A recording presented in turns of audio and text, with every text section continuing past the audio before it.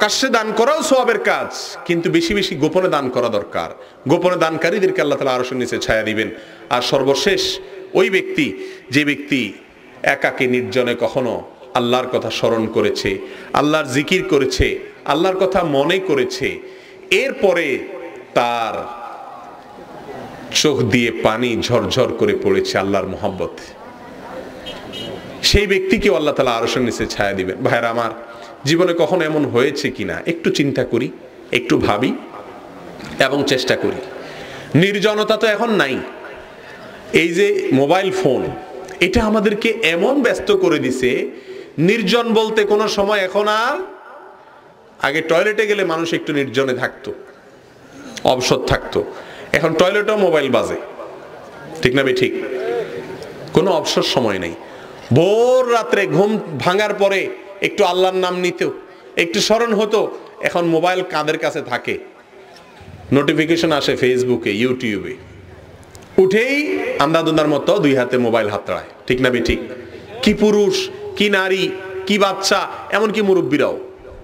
শয়তান এমন এক ডিভাইস ধরাই দিছে আমাদেরকে, এখন আর আল্লাহর ভয়ে, আল্লাহর কথা স্মরণ হয়ে, কিয়ামতের কথা স্মরণ হয়ে একটু চোখের পানি পড়বে, সেই সুযোগ খুব কম।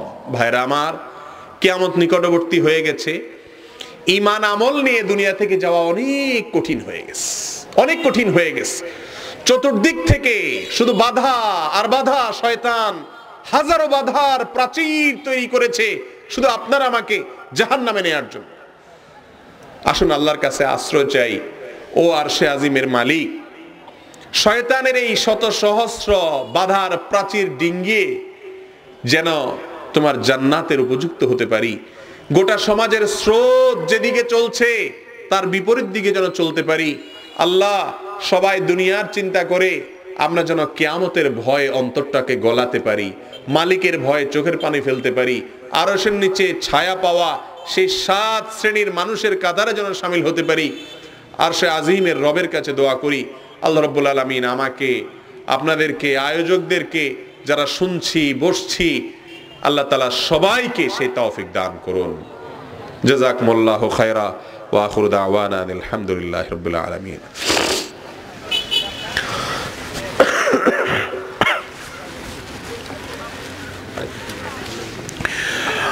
ভাইরা আমার, প্রশ্নোত্তর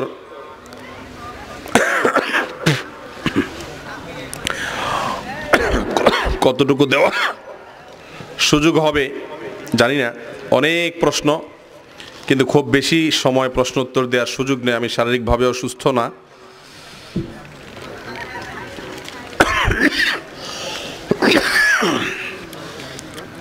চা কই?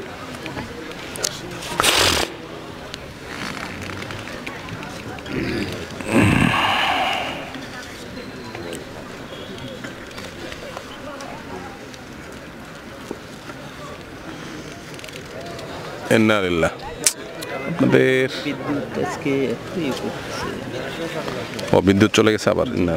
একটা সময় আমরা এই ব্যাগ ভিতরে ঢুকাই দেব, আপনি একটু বললে। আচ্ছা আচ্ছা, আগে দিয়ে দিতে পারি নাকি?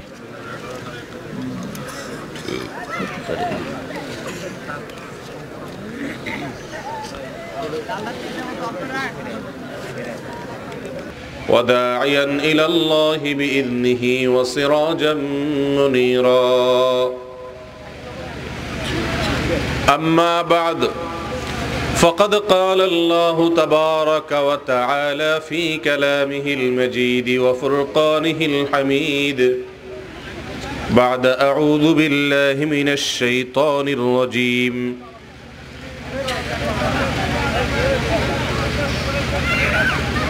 فكيف تتقون إن كفرتم يوما يجعل الولدان شيبا.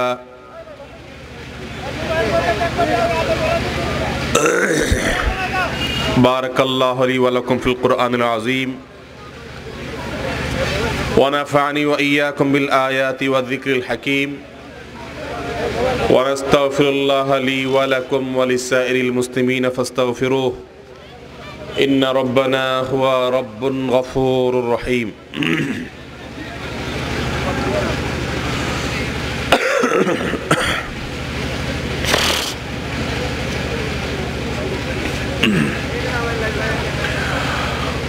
ঐতিহ্যবাহী নাটোর জেলার অন্তর্গত বড়াইগ্রাম থানার রয়না ভরট স্কুল মাঠে আয়োজিত আস-সুন্নাহ পাঠাগারের উদ্যোগে এই ব্যতিক্রমী প্রশ্নোত্তর মাহফিলের সম্মানিত সভাপতি, উপস্থিত ওলামায়ে কেরাম এবং দূর দূরান্ত থেকে আগত আমার প্রাণপ্রিয় দিনী ভাইয়েরা ও পর্দার আড়ালের মা ও বোনেরা,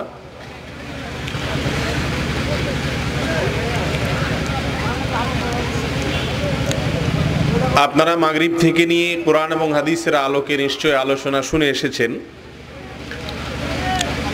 আমরা ইনশাআল্লাহ নির্দিষ্ট একটি বিষয়ের উপরে কিছু কথা বলবো, এরপর আপনাদের বিভিন্ন প্রশ্নের কোরআন এবং হাদিসের আলোকে জবাব দেওয়ার চেষ্টা করব। আল্লাহ তাআলা যদি তৌফিক দান করেন। মিডিয়ার ভাইয়েরা মেহেরবানি করে আপনারা সেট করে বসে যান। আপনারা অতিরিক্ত ডিস্টার্ব করলে সেটা দুঃখজনক হবে, কারণ এই মোবাইলের ফ্ল্যাশটা বন্ধ করেন।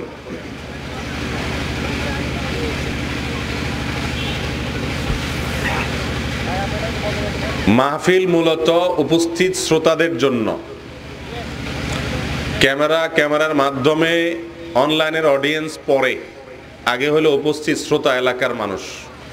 অতএব উপস্থিত শ্রোতাদের ডিস্টার্ব করে, ক্ষতি করে তারপরে অনলাইনে যাওয়া, সেটা খুব বেশি যুক্তিসঙ্গত বা ভালো কিছু না। যাই হোক,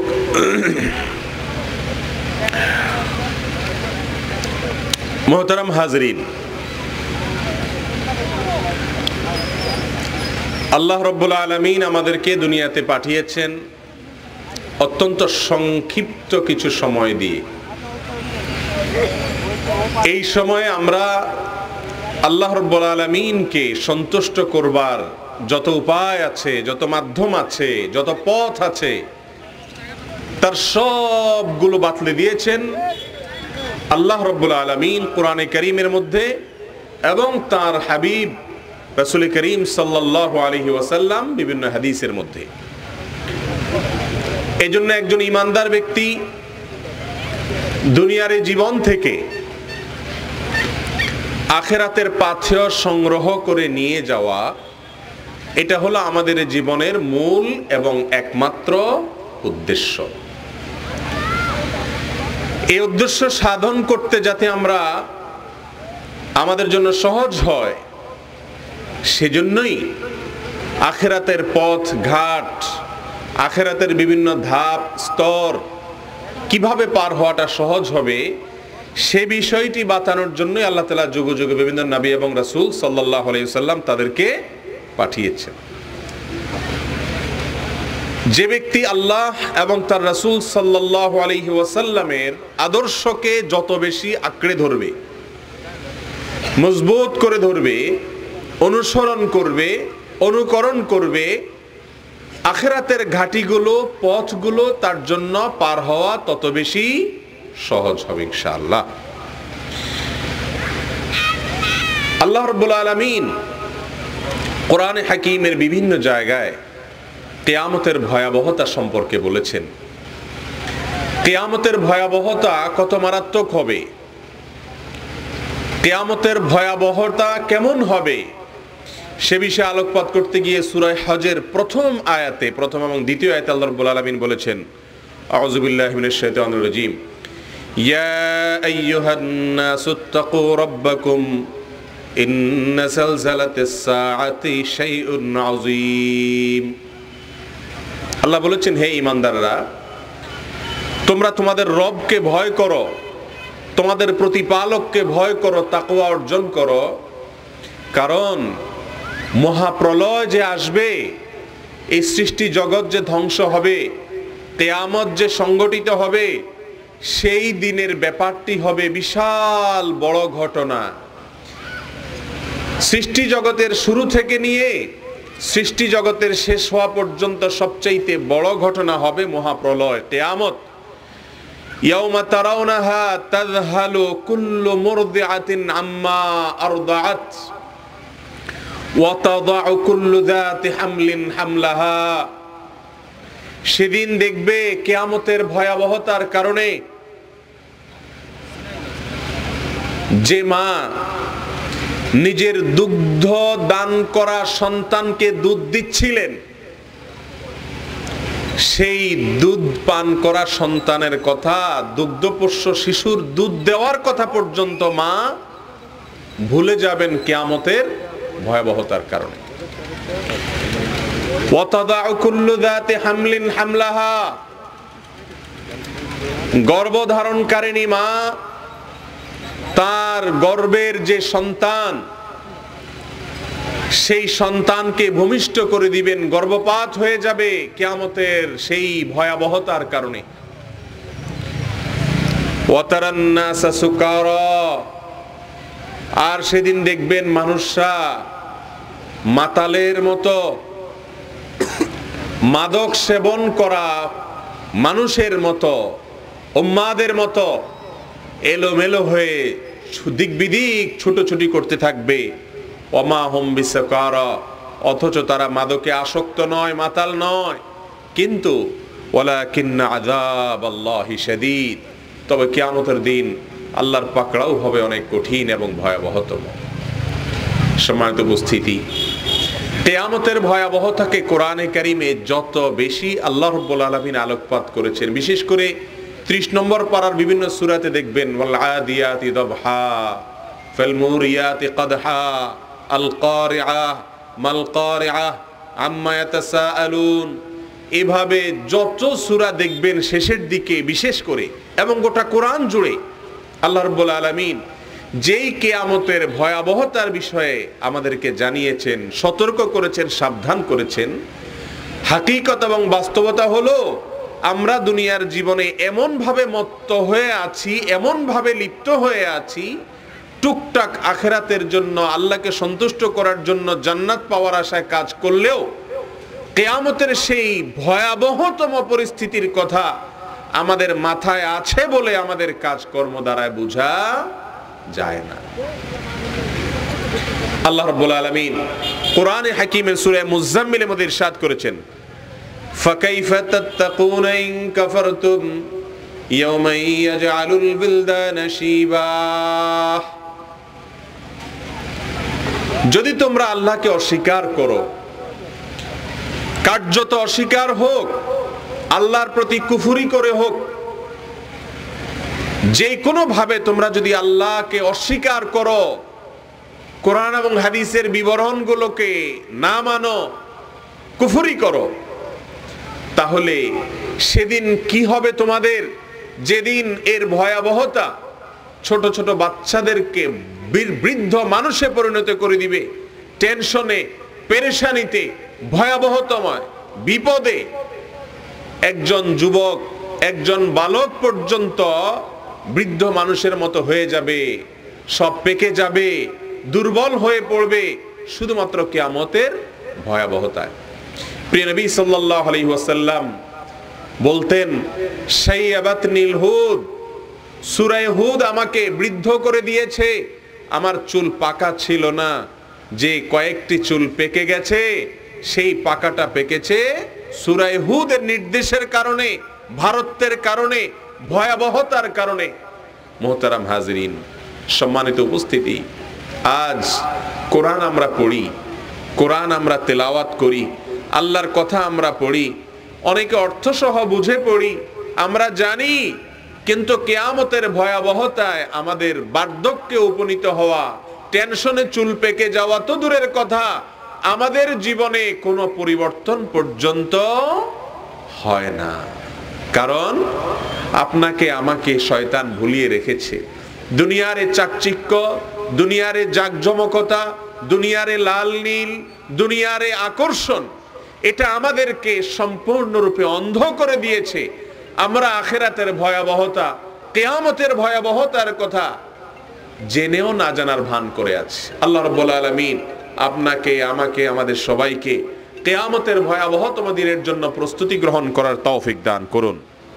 মুহতারাম হাজিরিন, সম্মানিত উপস্থিতি, কিয়ামতের ভয়াবহতা নিয়ে আলোচনা করলে ঘন্টাকে ঘন্টা আলোচনা করা যাবে। আপনারা জানেন গোটা কোরআন জুড়ে আল্লাহ রাব্বুল আলামিন কিয়ামতের ভয়াবহতার বিবরণ দিয়েছে।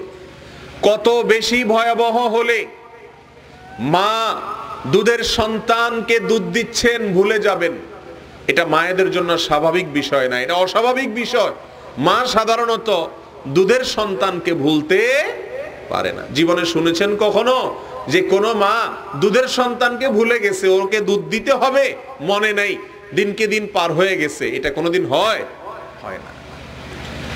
কিয়ামতের বিপদ এত বড় বিপদ হবে যে দুনিয়ার কোন বিপদে মা সব ভুলতে পারে, দুধের সন্তানকে মা কখনো ভুলতে পারে না। কিন্তু সেদিন সে অবস্থা হয়ে যাবে। ছোট ছোট বালকেরা ওই বিপদের প্রেসারে, ওই কঠিন পরিস্থিতির প্রভাবে তারা বৃদ্ধ মানুষে পরিণত হয়ে যাবে। ভাইরা আমার,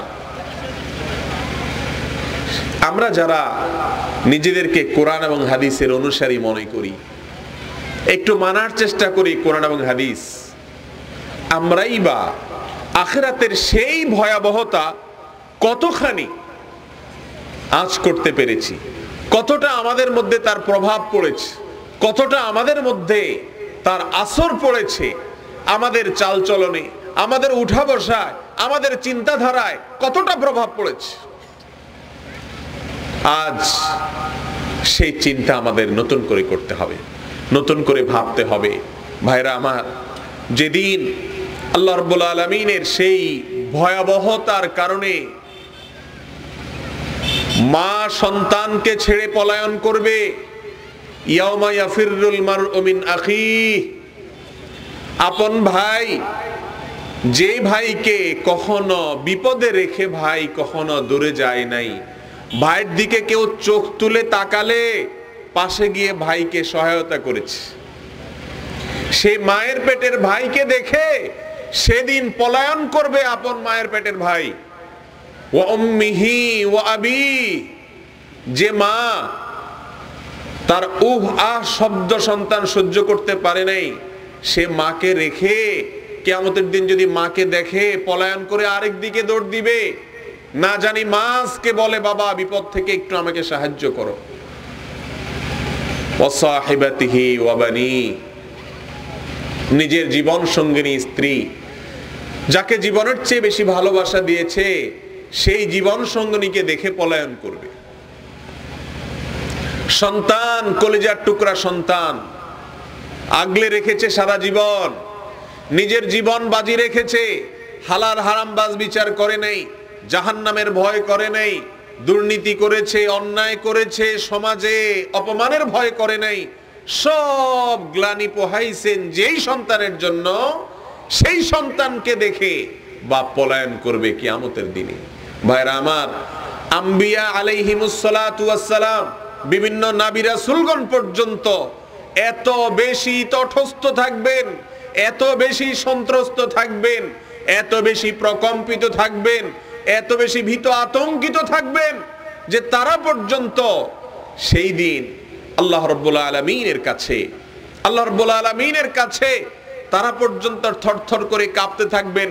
নিজের হিসেব দেওয়ার জন্য মানুষ যাবে বিভিন্ন নবীদের কাছে যে, হে আল্লাহর অমুক নবী, আপনি আল্লাহর অমুক প্রিয় মানুষ, আপনার সাথে আল্লাহর এত সম্পর্ক, আল্লাহ আপনাকে এত ভালোবাসেন, আপনি উলুল আজমি মিনার রুসুল,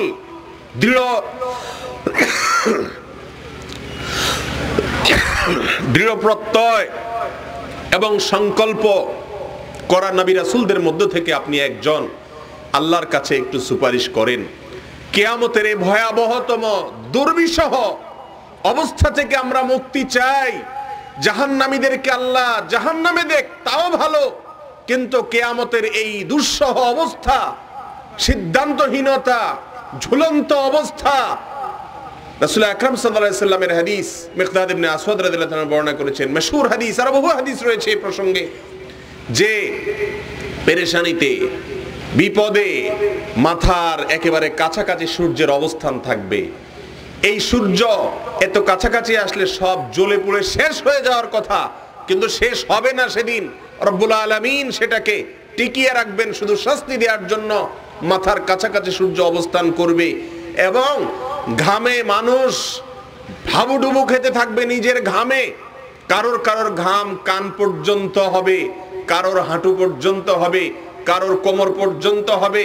আমল অনুপাতে যে যত বেশি অপরাধ করেছে, যে যত বেশি আল্লাহ থেকে দূরে সরেছে, যে যত বেশি কিয়ামতকে ভুলে থেকেছিল, কিয়ামতের ভয় যাকে যত কম স্পর্শ করেছে, তার বিপদ সেদিন তত বেশি হবে।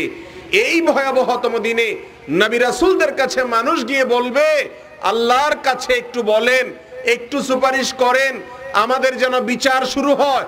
বিচার শুরু হওয়ার জন্য সুপারিশ, জান্নাতের জন্য সুপারিশ না, কিয়ামতের এই ভয়াবহ, এই দুঃসহ, এই অকল্পনীয়, অসহনীয় পরিস্থিতি থেকে মুক্তির জন্য সুপারিশ করেন।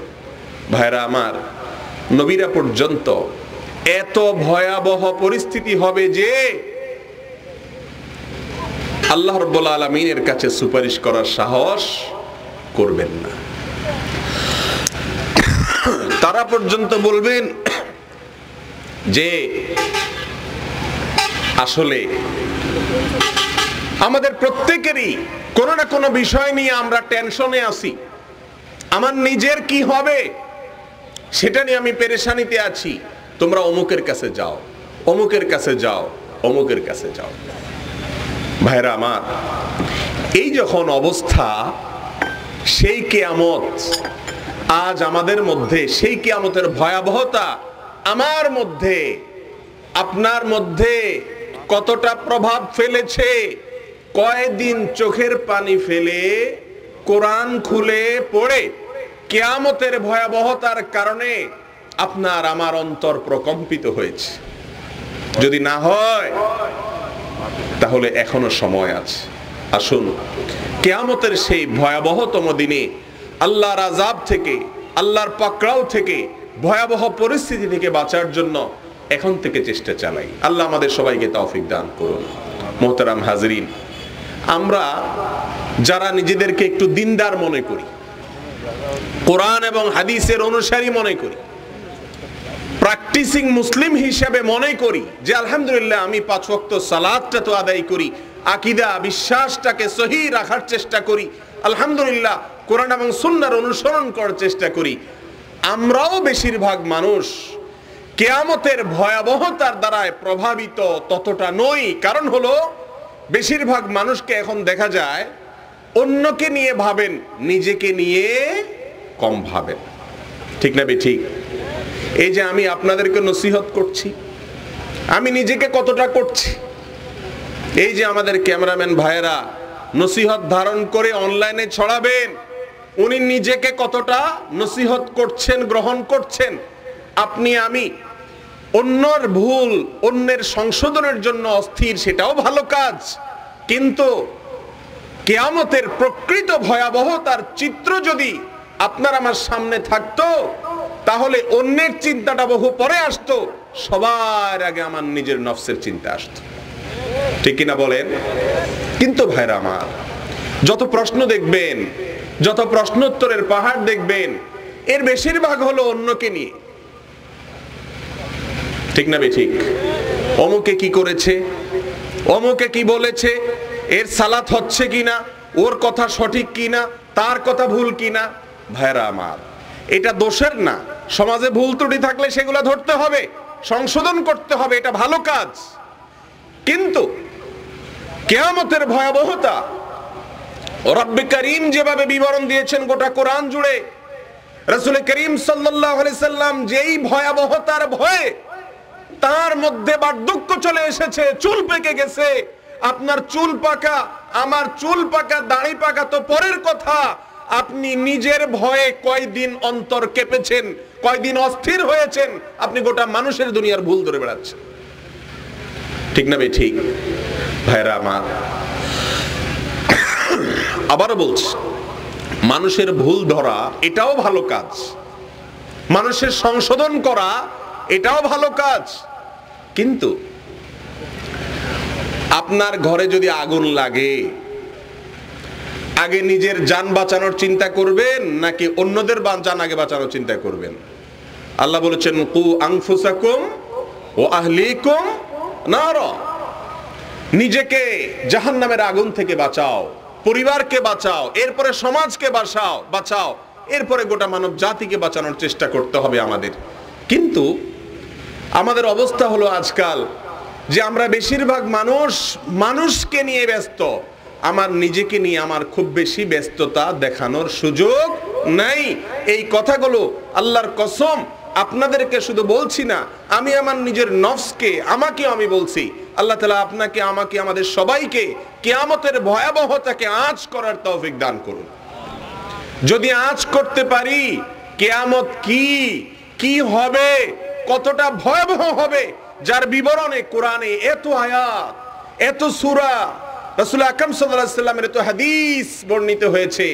ভাইরা আমার, সেই ভয়াবহতম দিনের পরিস্থিতি এড়ানোর কোনো সুযোগ আছে আমাদের? কিয়ামতের ময়দান পার হওয়া ছাড়া কোনো সুযোগ আছে? কোনো সুযোগ। অতএব সেই ভয়াবহতম পরিস্থিতিতে আমাদের আমল, আমাদের ঈমান, আমাদের সব কিছু আল্লাহ রাব্বুল আলামিনের কাছে সঠিকভাবে যথাযথভাবে নিয়ে যাওয়ার জন্য চেষ্টা করতে হবে। আল্লাহ তাআলা আমাকে, আপনাকে, আমাদের সবাইকে সেই তৌফিক দান করুন। টিস্যু কই আপনাদের? তরতিব ইন্তজাম আপনাদের।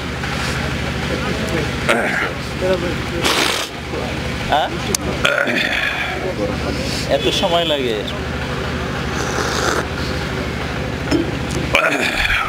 ভাইরা আমার, আমাদের দেশে তো আজকাল এমন এমন পীর আছে যে পীররা কিয়ামতের দিন হাতের ইশারায় সব মুরিদ পার করে দিবে। এরকম আছে না?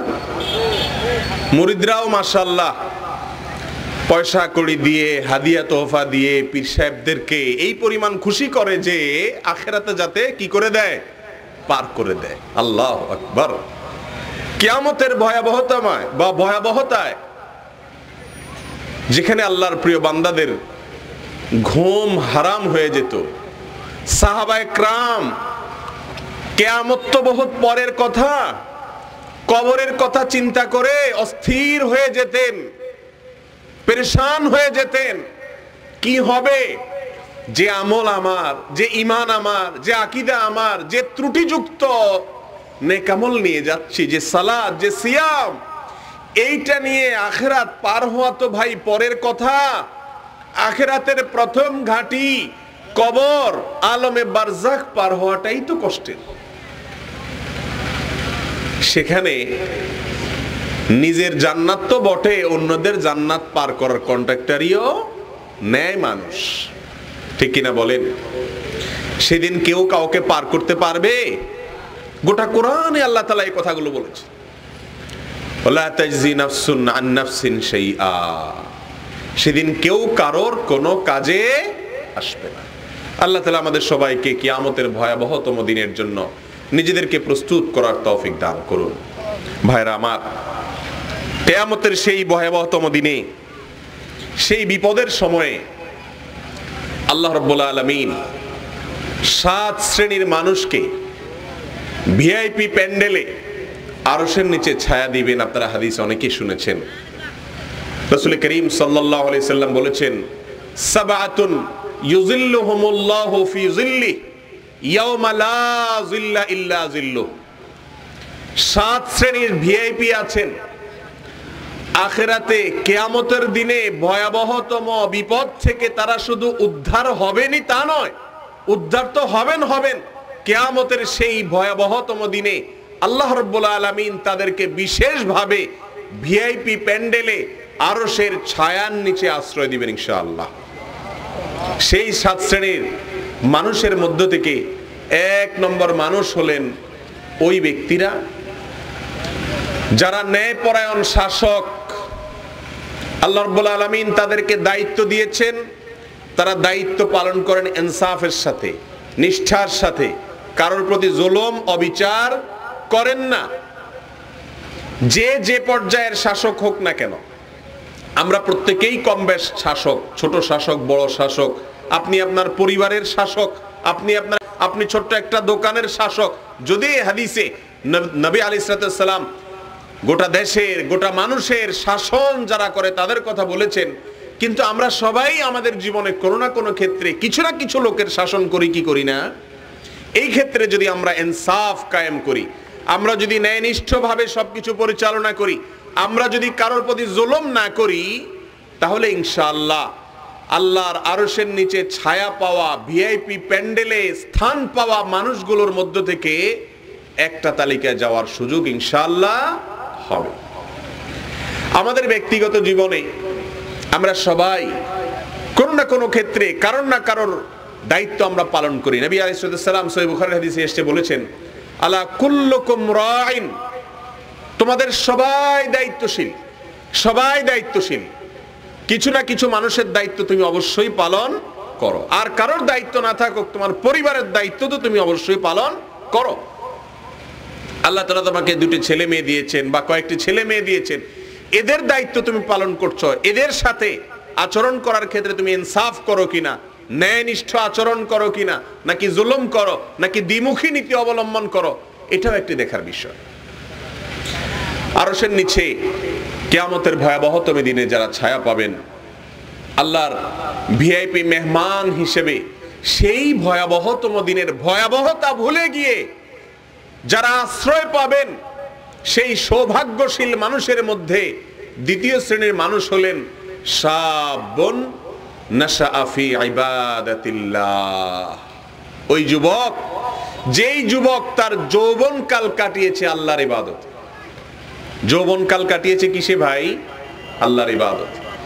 যৌবনকালের ইবাদত এটা আল্লাহ রাব্বুল আলামিনের কাছে এত বেশি প্রিয়, এত বেশি প্রিয়, এত বেশি প্রিয় যে আল্লাহ রাব্বুল আলামিন বার্ধক্যে এসে বুড়ো বয়সে ইবাদত করলে এত খুশি হন না যত ইবাদত করলে খুশি হন যৌবনকালে, যুবক বয়সে যুবকরা ইবাদত করলে। কারণ কি? এর একটা বড় কারণ হলো বৃদ্ধকালে ইবাদত করা সহজ। বৃদ্ধকালে ইবাদত করা সহজ, এই অর্থে সহজ যে বৃদ্ধকালে শয়তান খুব বেশি একটা ওয়াসওয়াসা দেয় না। শয়তান জানে এই লোকটা বুড়ো হয়ে গেছে, এ এখন আর চোখের জেনা করার ক্ষমতাই নেই, সুদ ঘুষের কারবার করবে, 2 নম্বরই করবে, চাকরি নেই, রিটায়ারমেন্টে চলে গেছে, ঠিক না ঠিক? খারাপ কাজ করার যোগ্যতাই অনেকখানি তার নাই। এর এই বয়সটা আল্লাহর কাছে তেমন কোনো গুরুত্বপূর্ণ বয়স না। আর একজন যুবককে বিপদগামী করার জন্য, তাকে পথভ্রষ্ট করার জন্য, তাকে ধ্বংস করার জন্য শয়তানের সমস্ত জাল বিছানো থাকে, ঠিক না ঠিক? ভাইরা আমার, সব যুগে দেখবেন, আমাদের এই যুগে আরো বেশি, যুবকদেরকে বিপদগামী করবার জন্য যত আয়োজন আছে, মানব জাতির অন্য সমস্ত শ্রেণীর মানুষকে ধ্বংস করার জন্য যত হাতিয়ার ব্যবহার করে ইবলিস এবং তার দোসরেরা, ইহুদিরা, খ্রিস্টানেরা, নাস্তিকেরা, ইসলাম বিদ্বেষীরা এবং শয়তানের দোসরেরা, তার সবগুলোকে যদি আপনি এক পাশে রাখেন, শুধু আমাদের যুবকদেরকে ধ্বংস করার জন্য যত আয়োজন করে তার পরিমাণ সবচাইতে বেশি। আর এই কারণে আল্লাহ রাব্বুল আলামিনের কাছে যৌবনকালের ইবাদতের গুরুত্ব অনেক বেশি। ও ভাইরা আমার, নবী আলাইহিস সালাম বলেছেন, ইগতানিম খামসান ক্বাবলা খামস, 5টা জিনিস হারানোর আগে কদর করো। তার ভিতরে একটা হলো শাবাবাকা ক্বাবলা হারামিক। ও যুবক ভাইরা, যৌবন কালটাকে কদর করো, এটি হারানোর আগে, বৃদ্ধ হওয়ার আগে। একটা সময় আসবে তখন তুমি চাইবে আল্লাহকে ইবাদত করতে, কিন্তু ইবাদত করার হয়তো শক্তি থাকবে না, সামর্থ্য থাকবে না। তুমি চাইবে আল্লাহর নাফরমানি করার সুযোগ আছে, মালিকের ভয়ে আমি করলাম না, তাকওয়া অবলম্বন করলাম, কিন্তু সেই সুযোগ তোমার আর থাকবে না, কারণ অপরাধ করার স্কোপই তোমার কমে যাবে। তুমি তাকওয়া চর্চা করে মালিকের সন্তুষ্টি অর্জন করবে, মালিকের কাছাকাছি যাবে, আরশের নিচে ছায়া পাওয়ার উপযুক্ততা অর্জন করবে, সেই সুযোগই তোমার আর থাকবে না। যৌবনকাল one time doctor Khandaker Abdullah Jahangir রাহিমাহুল্লাহ বলতেন, ও যুবক, তোমার বাপ মাও তোমার ক্যারিয়ারের উন্নতি চায়, তুমি একটু পড়ালেখা করো, বড় অফিসার হও, বড় চাকর হও, বড় ব্যবসায়ী হও, পয়সা কড়ি কামাও, এগুলো চায়। তোমার সমাজ সেটা চায়, তোমার বন্ধু বান্ধব সেটা চায়। কেউ তোমার আসল ভালো চায় না। আল্লাহর কসম যুবক ভাইয়েরা, তোমার আসল ভালো চায় তোমার মালিক আহকামুল হাকিমিন রব্বুল আলামিন। আর তোমার আসল হিতাকাঙ্ক্ষী রাহমাতুল লিল আলামিন রাসূল করিম সাল্লাল্লাহু আলাইহি ওয়াসাল্লাম। তুমি যাতে আখিরাতে বাদশাহী অর্জন করতে পারো, আরশের নিচে ছায়া পাও, তুমি যেন বার্ধক্যে এসে ইবাদত না করেও পেনশন পাও। কোন যুবক যদি যৌবনকালে ইবাদত বন্দেগী করে, বৃদ্ধ বয়সে এসে ইবাদত করার সুযোগ যদি হারিয়ে ফেলে, আল্লাহ রাব্বুল আলামিন ওই যুবককে পেনশন হিসাবে বসায়া তারা আমলনামায় সওয়াব দিতে থাকবেন। রাসূল করিম সাল্লাল্লাহু আলাইহি সাল্লামের কথা তিনি বলেছেন, কোন মানুষ যদি সুস্থ অবস্থায় কোনো ইবাদত বন্দেগী করে আর অসুস্থ হয়ে যাওয়ার পরে সেটা সে করতে না পারে, যেহেতু সে সুস্থ অবস্থায় করেছিল, এই জন্য আল্লাহ রাব্বুল আলামিন অসুস্থ অবস্থায় বার্ধক্য অবস্থায় করতে না পারার কারণে তার যতই কষ্ট হোক না কেন আল্লাহ তাআলা অটোমেটিক তার আমলনামায় সওয়াব যোগ করতে থাকবেন। ও যুবক ভাইয়েরা, এই সুযোগ মুরব্বীরা পাবেন না। মুরব্বীরা, সিনিয়ররা বুড়ো বয়সে এসে যদি তওবা করে জীবনকে পরিবর্তন করেন, আল্লাহ তাআলা অবশ্যই তওবা কবুল করবেন, আল্লাহ তাওয়াব। কিন্তু পেনশন পাওয়ার স্কোপ পেতে হলে, সুযোগ পেতে হলে একমাত্র করণীয় হলো গোটা যৌবনকালকে মালিকের জন্য নিবেদন করা। ও যুবক, তোমার যৌবনকাল নেয়ার জন্য কত ফাঁদ পেতে আছে, কত ফাঁদ শয়তান পেতে আছে। প্রেমের ফাঁদ আছে না নাই? যুবকদেরকে ধ্বংস করবার জন্য, তাদের ঈমানি ধারকে ধোঁতা করে দেওয়ার জন্য, ভোতা করে দেওয়ার জন্য, ঈমানি ধারটাকে নষ্ট করে দেওয়ার জন্য, তাকওয়ার চেতনাকে শেষ করে দেওয়ার জন্য গান বাজনা, বাদ্যযন্ত্র, বিবাহ বহির্ভূত সম্পর্ক, অসৎ সঙ্গ, মাদক, নারী, হেন কোনো আয়োজন নেই যে গোটা বিশ্বব্যাপী যুবকদের ধ্বংস করার জন্য করা হয় না। ও মুসলিম যুবক, গোটা যুব সমাজ যদি ধ্বংসের জোয়ারে ভাসতে থাকে, আল্লাহর ওয়াস্তে জোয়ারের বিপরীতে চলা শিখো। মনে রাখবে, সবাই তোমার সাময়িক এবং কিঞ্চিত বা ক্ষুদ্র কল্যাণ চায়। এমনকি আবারও বলছি, নিজের মা বাপ পর্যন্ত তোমার থেকে পয়সা কড়ি, তোমার কেরিয়ার, এই ক্ষুদ্র স্বার্থের কথা তারা চিন্তা করেন। তারা বুঝে উঠতে পারেন না যে তোমার জীবনের আসল সার্থকতা হলো তোমার যৌবনকালকে চরিত্র, এগুলোকে হেফাজত করে আল্লাহর উদ্দেশ্যে নিবেদন করা, যৌবনকালে ইবাদত করতে পারা। ভাইরা আমার, এই জন্য আরশের নিচে আল্লাহ তাআলার ভিআইপি মেহমান হওয়ার সুযোগ আছে যুব সমাজের, যদি আমরা আমাদের যৌবনকালকে হেফাজত করতে পারি। রাসূল করিম সাল্লাল্লাহু আলাইহি সাল্লাম বলেছেন, মাইয়াদমান লি মা বাইনা লিহিয়াইহি ওয়া মা বাইনা রিজলাইহি আযমান লাহুল জান্নাহ। যে ব্যক্তি তার দুই চোয়ালের মধ্যবর্তী অঙ্গ অর্থাৎ মুখ আর দুই রানের মধ্যবর্তী অঙ্গ অর্থাৎ যৌনতা, এই দুটি বিষয়কে যে কন্ট্রোল করবে, আল্লাহ এবং তার রাসূলের বাতানো পথের বাইরে ব্যবহার করবে না, এই সংগ্রামে যে যুবক, যে মানুষ জয়ী হতে পারবে, নবী আলাইহিস সালাম বলেছেন, তার জান্নাতের দায়িত্ব আমি নিয়ে নিলাম। ও ভাইরা, এই হাদিস বলা যত সহজ, আমিও সহজে বলে দিলাম, আপনিও সহজে শুনলেন, এটার উপরে আমল করা আসলে এত সহজ। এই যে ফেব্রুয়ারি মাস আসছে, ভ্যালেন্টাইন্স ডে আছে কয়দিন পরে, আছে না নাই? লক্ষ লক্ষ যুবককে ধ্বংস করবে এদেশের এক শ্রেণীর মিডিয়া। আপনারা জানেন একটা অনুষ্ঠান হয়, ক্লোজ আপ, কাছে আসার সাহসী গল্প। শুনেন নাই আপনারা এই অনুষ্ঠানের কথা? ভাইরা আমার,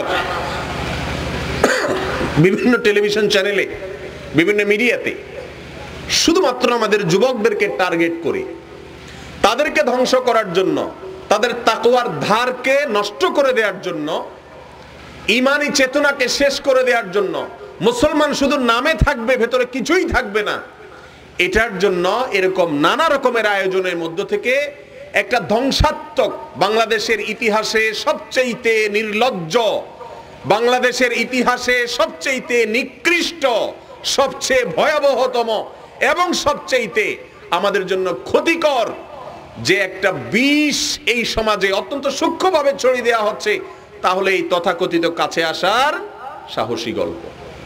কি বলা হয় এসব সাহসী গল্পে আপনারা জানেন? কোন যুবক কোন মেয়ের সাথে কিভাবে অপকর্মে লিপ্ত হয়েছে, কোন যুবতী কোন যুবকের সাথে কিভাবে হারাম সম্পর্কে লিপ্ত হয়েছে, কিভাবে জিনা করেছে, এই নির্লজ্জ কাজকে আবার বিস্তারিত ব্যাখ্যা দিয়ে, বিবরণ দিয়ে, ঘটনা আকারে ওইটাকে জাতির সামনে তুলে ধরা, ওইটাকে আবার নাটকের মাধ্যমে উপস্থাপন করা, যুবকদের লজ্জা, শরম, হায়া এই সব কিছুকে শেষ করে দিয়ে মা বাবার অবাধ্যতার পথে নিয়ে যাওয়া, আত্মহত্যার পথে নিয়ে যাওয়া, তাদের জীবনকে শেষ করে ফেলানো, ক্যারিয়ারকে শেষ করে ফেলানো, শিক্ষা জীবনকে শেষ করে ফেলানো, ঈমান আমলকে শেষ করে ফেলানো, এরকম একটা চক্রান্ত নিয়ে এই আয়োজন গত কয়েক বছর ধরে আমাদের দেশে চলে আসছে। ভাইরা আমার, এই চক্রান্তের বিরুদ্ধে কথা বলা আমাদের সবার জন্য ঈমানি দায়িত্ব, আমাদের উপরে ফরজ। আমাদের কথা বলতে হবে। আমি যদি না বলি আজ আমার ছেলে নষ্ট হবে, মেয়ে নষ্ট হবে, আনুষ্কা দিহান নষ্ট হয়েছে, কত আনুষ্কা দিহান নষ্ট হবে, ঘরে ঘরে যুব সমাজ শেষ হয়ে যাবে। এই দেশে অসামাজিক কার্যকলাপ করতে মানুষের ভয় হয়, লজ্জা হয়, অন্তত কমপক্ষে অপরাধ বোধটা জাগে যে আমি একটা খারাপ কাজ করছি, বিবাহ বহির্ভূত সম্পর্ক করছি, লুকিয়ে ছাপিয়ে করে। আর এই তথাকথিত কাছে আসার সাহসী গল্পের মতো অনুষ্ঠানের মাধ্যমে সেগুলাকে বুক ফুলিয়ে টেলিভিশনের সেটের সামনে এসে, ক্যামেরার সামনে এসে, ফেসবুকে এসে, রেডিও বিভিন্ন প্রোগ্রামের মাধ্যমে বুক ফুলিয়ে বলা শিখায় যুবকদেরকে যে কিভাবে তুমি প্রথম কাছে গিয়েছো, জিনা করেছো, কিভাবে তোমার ভয় কাটিয়েছো, কিভাবে তথাকথিত সাহস দেখিয়েছো। এটা বলে সাহস। ভাইরা আমার, এটা বলে সাহস। হারাম কাজ করতে পারা এটা কি সাহস না দুঃসাহস? হারাম কাজের দিকে অগ্রসর হওয়া এটা সাহসিকতা না নির্লজ্জতা? নির্লজ্জতার প্রতিযোগিতা হচ্ছে, অশ্লীলতার প্রতিযোগিতা হচ্ছে, শুধুমাত্র আমাদের যুব সমাজকে ধ্বংস করার জন্য। এই সমস্ত মাল্টিন্যাশনাল কোম্পানিগুলো, ইউনিলিভার, যারা ব্যবসা করছে এই দেশে এসে, ইহুদি খ্রিস্টানরা, সেই ইহুদিবাদীরা এদেশ থেকে ব্যবসা করে পয়সা করে নিয়ে যাচ্ছে, পাশাপাশি আমাদের ঈমানও নিয়ে যাচ্ছে। আপনি চিন্তা করুন, আজও পর্যন্ত এই সমস্ত প্রতিষ্ঠানকে আপনারা দেখবেন না কখনো যে একজন ছেলে বাবা মার সাথে রাগারাগি করে বাড়ি থেকে চলে গেছে, আবার সেই ছেলে কিভাবে বাবা মার কাছে আসছে, মাপ চেয়ে, ক্ষমা চেয়ে, তাদের পায়ে পড়ে কিভাবে আবার সংসারে ফিরে এসেছে, সেই কাছে আসার গল্প এই দুষ্টরা কখনো শোনাতে বলে না। কিভাবে একজন বিপথগামী যুবক মাদকের করাল থাবা থেকে দূরে সরে এসে আল্লাহর কাছাকাছি আসতে পেরেছে, সেই গল্প এরা শোনাতে কখনো বলে না। কিভাবে একজন পুরুষ তার স্ত্রীকে রেখে দূরে সরে গেছেন, বৈধ স্ত্রীর সাথে অভিমান করে চলে গেছেন, অথবা কোনো স্ত্রী স্বামীর প্রতি অভিমান করে দূরে চলে গেছেন, তিনি তার ভুল বুঝতে পেরে অথবা নিজের জীবন সঙ্গীকে ক্ষমা করে উদারতা দেখিয়ে কাছে ফিরে এসেছেন, সেই গল্প শোনাতে এই দুষ্ট চক্র কখনো বলে না। কোন ভাই তার বড় ভাইয়ের প্রতি অভিমান করে দূরে সরে গেছে, কথাবার্তা বন্ধ করে দিয়েছে, সম্পর্ক ছিন্ন করে দিয়েছে, অসামাজিক হয়ে গেছে, সে আবার ফিরে এসেছে, সেই ফিরে আসার গল্প শোনাতে এই দুষ্ট চক্র কখনো আমাদের যুবকদেরকে বলে না। এরা কি আমাদের বন্ধু না শত্রু? কথা বলেন, এরা কি আমাদের বন্ধু না শত্রু? এরা এদেশের ভালো চায় না ক্ষতি চায়? এই তথাকথিত কাছে আসার গল্পের মাধ্যমে আবার সাহসী লাগিয়েছে। এমন এক সময় আমরা পার করছি, কিয়ামত অতি নিকটবর্তী হয়ে গেছে। এখন যে যত নির্লজ্জ হতে পারে সে তত সাহসী, যে যত বেহায়া হতে পারে সে নাকি তত সাহসী। ভাইরা আমার, যে যত কাপড় চোপড় কম পরতে পারে, বেহায়ামি করতে পারে, তাকে তারা তত সাহসী উপাধি দেয়।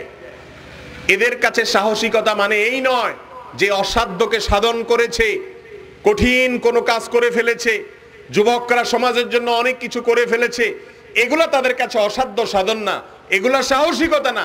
সাহসিকতা হলো বাবা মায়ের চোখের দিকে তাকিয়ে তথাকথিত প্রেমিকার হাত ধরে বাইর হয়ে যাওয়া, এটার নাম বলে সাহসিকতা।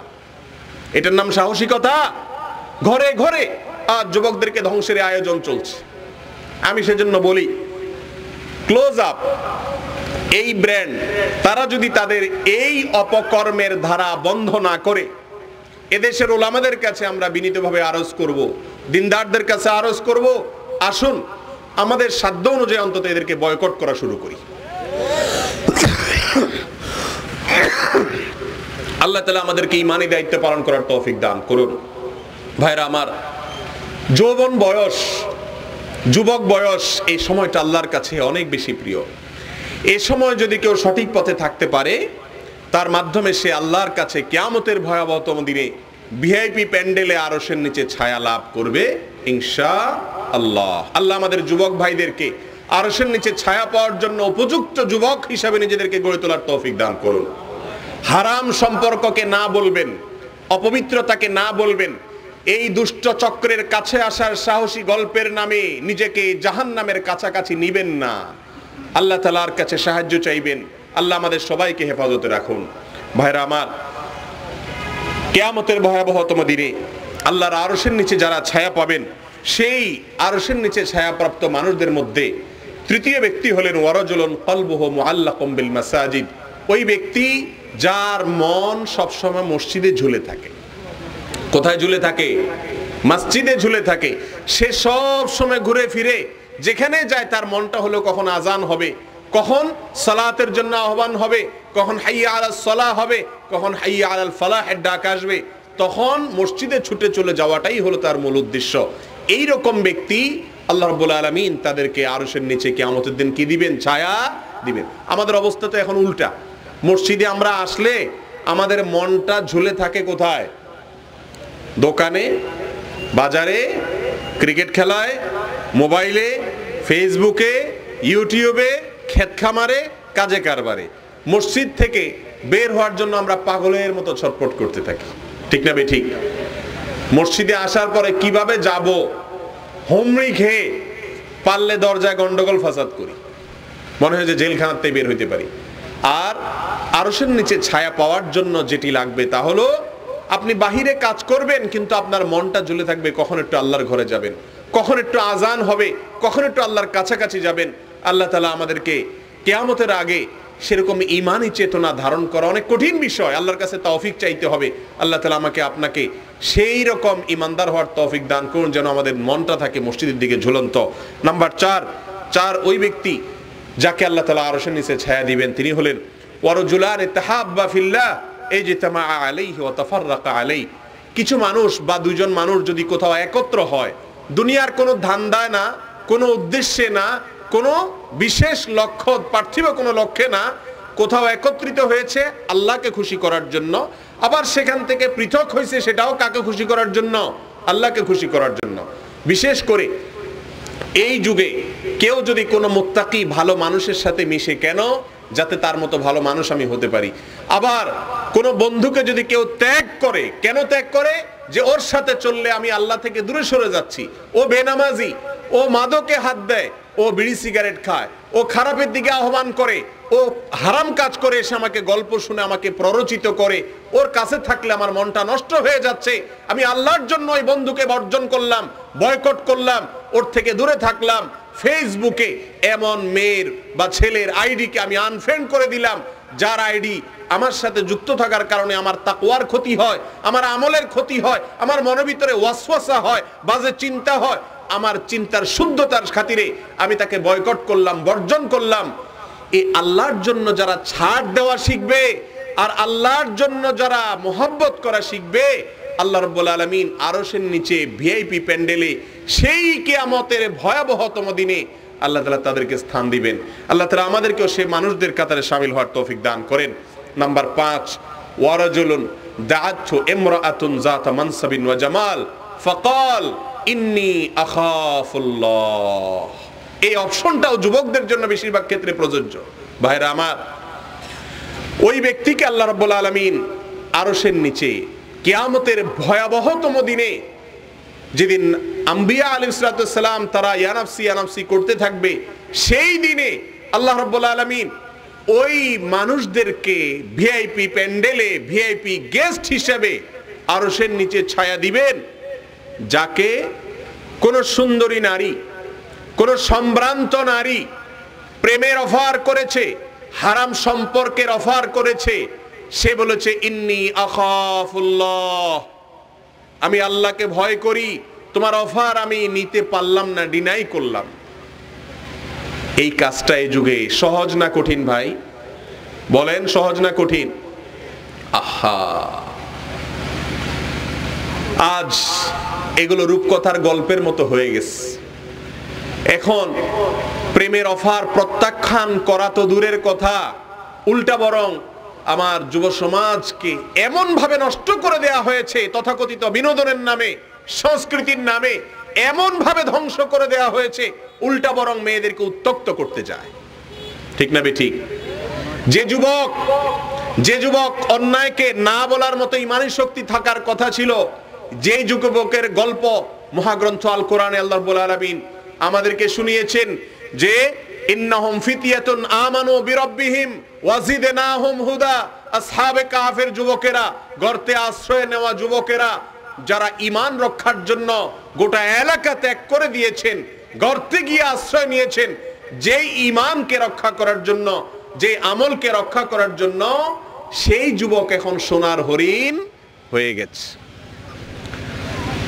আমার যুব সমাজকে আল্লাহ রাব্বুল আলামিন শয়তানের এই চক্রান্ত থেকে, ষড়যন্ত্র থেকে, এই আক্রমণ থেকে নিজের ঈমান আমলকে হেফাজত করার তৌফিক দান করুন। ভাইরা আমার, ইউসুফ আলাইহিস সালামের ঘটনা বেশি বেশি করে পড়বেন। বিশেষ করে যুবক ভাইদেরকে বলবো, সূরা ইউসুফটা ভালো করে পড়বেন। ইউসুফ আলাইহিস সালাম কিভাবে নিজের চরিত্রকে হেফাজত করেছেন। আজ চতুর্দিকে জেনার হাতছানি দিয়ে ডাকছে যুবকদেরকে, যুবতীদেরকে, মেয়েদেরকে, ছেলেদেরকে ধ্বংস করে দেওয়ার জন্য সমস্ত আয়োজন করা হচ্ছে। গানের নামে, নাচের নামে, বিনোদনের নামে, সংস্কৃতির নামে এবং বিভিন্ন নামে বেনামে আমাদেরকে শেষ করে দেওয়ার জন্য আয়োজন নেওয়া হচ্ছে। একটু লক্ষ্য করুন, আরশের নিচে আল্লাহ রাব্বুল আলামিনের সেই ভিআইপি প্যান্ডেলে আশ্রয় পাওয়া মানুষদের মধ্য থেকে দুইটা প্রকার আমরা পেলাম। এক তো যুবক, যে যৌবনকাল আল্লাহর ইবাদতে কাটায়। দ্বিতীয়ত হলো যে অন্যায়, অপকর্ম এবং হারাম প্রেমের অফারকে প্রত্যাখ্যান করার মতো ঈমানী শক্তি রাখে। রূপকথার গল্পের মতো হয়ে গেছে সেই যুবক, সেই চরিত্র আজ মুসলমান সমাজে। ভাইরা আমার, বোঝা গেল যে আল্লাহর কাছে চরিত্রকে কলুষ করা, নারী গঠিত অপরাধ, সেক্সুয়াল অপরাধ, জেনা, ব্যভিচার, অবৈধ সম্পর্ক, হারাম সম্পর্ক, প্রেম, তথাকথিত প্রেম ভালোবাসা, এগুলো একজন মানুষকে ধ্বংসের শেষ প্রান্তে নিয়ে যায়। এগুলো থেকে যদি বেঁচে থাকতে পারে, তাহলে আল্লাহর আরশের নিচে তারা কি পাবে? ইনশাআল্লাহ ছায়া পাবে। আল্লাহ তাআলা আমাদের সবাইকে সেরকম ঈমানী শক্তি অর্জন করার মতো তৌফিক নসিব করুন। এগুলোর জন্য হারাম দেখা থেকে দূরে থাকতে হয়, হারাম শোনা থেকে দূরে থাকতে হয়, হারাম সঙ্গ থেকে দূরে থাকতে হয়, হারাম পরিবেশ থেকে দূরে থাকতে হয়, যে পরিবেশ গেলে আমাদের চেতনাকে শেষ করে দেয়, ধ্বংস করে দেয়। তাহলে ভাইরা আমার, আরশের নিচে যে 7 ব্যক্তি ছায়া পাবে কিয়ামতের দিনে, তাদের মধ্য থেকে এই 5 নম্বর ব্যক্তি হলেন ওই ব্যক্তি যে ব্যক্তি প্রেমের অফারকে প্রত্যাখ্যান করতে পারে। মেয়েদের বেলায়ও প্রযোজ্য, ছেলেদের বেলাও একই কথা প্রযোজ্য। যত সুন্দরী মেয়ে, যত সম্ভ্রান্ত মেয়ে আসুক, বা যত সুন্দর ছেলে, সম্ভ্রান্ত ছেলে আসুক না কেন, আল্লাহর ভয়ে হারাম সম্পর্ককে না করতে হবে। আল্লাহ তাআলা আমাদের তৌফিক দান করুন। নাম্বার 6, ওয়ারাজুলুন তাসাদ্দাকা। আর ওই ব্যক্তি, যে ব্যক্তি সদকা করলো, তাসাদ্দাকা বিসাদাকাতিন ফাআখফাহা, এমন গোপনে দান করলো যে তার ডান হাতে কি দান করলো, বাম হাতে টের পাইলো না, অন্য মানুষ তো পরের কথা, এত গোপনে দান করলো। এখন আছে এগুলা? 10 টাকা দান করলে ঢোল পিটাইতে পিটাইতে অবস্থা কাহিল, ঠিক না ঠিক? গল্প দিতে দিতে দিতে দিতে দিতে এত গল্প। আল্লাহ মাফ করুক, ইখলাসের সাথে শুধু আল্লাহকে দেখাবার জন্য দান করার মানসিকতা এখন আর খুব একটা নাই। তো এই লোক যে গোপনে দান করে, প্রকাশ্যে দান করাও সওয়াবের কাজ, কিন্তু বেশি বেশি গোপনে দান করা দরকার। গোপনে দানকারীদেরকে আল্লাহ তাআলা আরশের নিচে ছায়া দিবেন। আর সর্বশেষ ওই ব্যক্তি যে ব্যক্তি একাকী নির্জনে কখনো আল্লাহর কথা স্মরণ করেছে, আল্লাহর জিকির করেছে, আল্লাহর কথা মনে করেছে, এরপরে তার চোখ দিয়ে পানি ঝরঝর করে পড়েছে আল্লাহর মোহাব্বত, সেই ব্যক্তিকে আল্লাহ তাআলা আরশের নিচে ছায়া দিবেন। ভাইরা আমার, জীবনে কখনো এমন হয়েছে কিনা একটু চিন্তা করি, একটু ভাবি এবং চেষ্টা করি। নির্জনতা তো এখন নাই।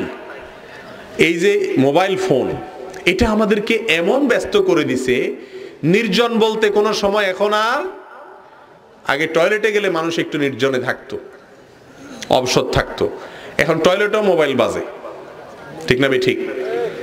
কোনো অবসর সময় নেই। ভোর রাত্রে ঘুম ভাঙার পরে একটু আল্লাহর নাম নিত, একটু স্মরণ হতো, এখন মোবাইল কাঁধের কাছে থাকে, নোটিফিকেশন আসে ফেসবুকে, ইউটিউবে, উঠেই আন্ধাধুন্ধার মতো 2 হাতে মোবাইল হাতড়ায়, ঠিক না ঠিক? কি পুরুষ, কি নারী, কি বাচ্চা, এমনকি মুরব্বীরাও। শয়তান এমন এক ডিভাইস ধরাই দিছে আমাদেরকে, এখন আর আল্লাহর ভয়ে, আল্লাহর কথা স্মরণ হয়ে, কিয়ামতের কথা স্মরণ হয়ে একটু চোখের পানি পড়বে, সেই সুযোগ খুব কম। ভাইরা আমার, কিয়ামত নিকটবর্তী হয়ে গেছে, ঈমান আমল নিয়ে দুনিয়া থেকে যাওয়া অনেক কঠিন হয়ে গেছে, অনেক কঠিন হয়ে গেছে। চতুর্দিক থেকে শুধু বাধা আর বাধা, শয়তান হাজারো বাধার প্রাচীর তৈরি করেছে শুধু আপনার আমাকে জাহান্নামে নেয়ার জন্য। আসুন আল্লাহর কাছে আশ্রয় চাই। ও আরশে আজিমের মালিক, শয়তানের এই শত সহস্র বাধার প্রাচীর ডিঙ্গিয়ে যেন তোমার জান্নাতের উপযুক্ত হতে পারি। গোটা সমাজের স্রোত যেদিকে চলছে তার বিপরীত দিকে যেন চলতে পারি।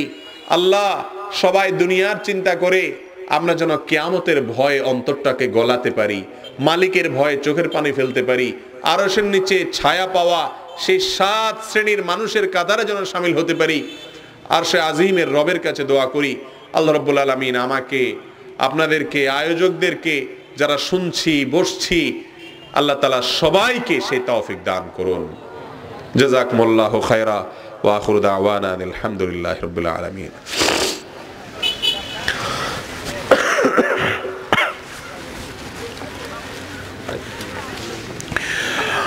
ভাইরা আমার, প্রশ্নোত্তর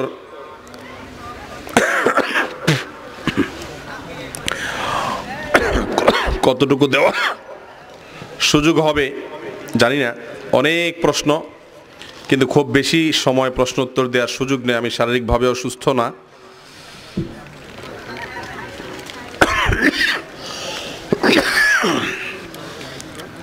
চাকুই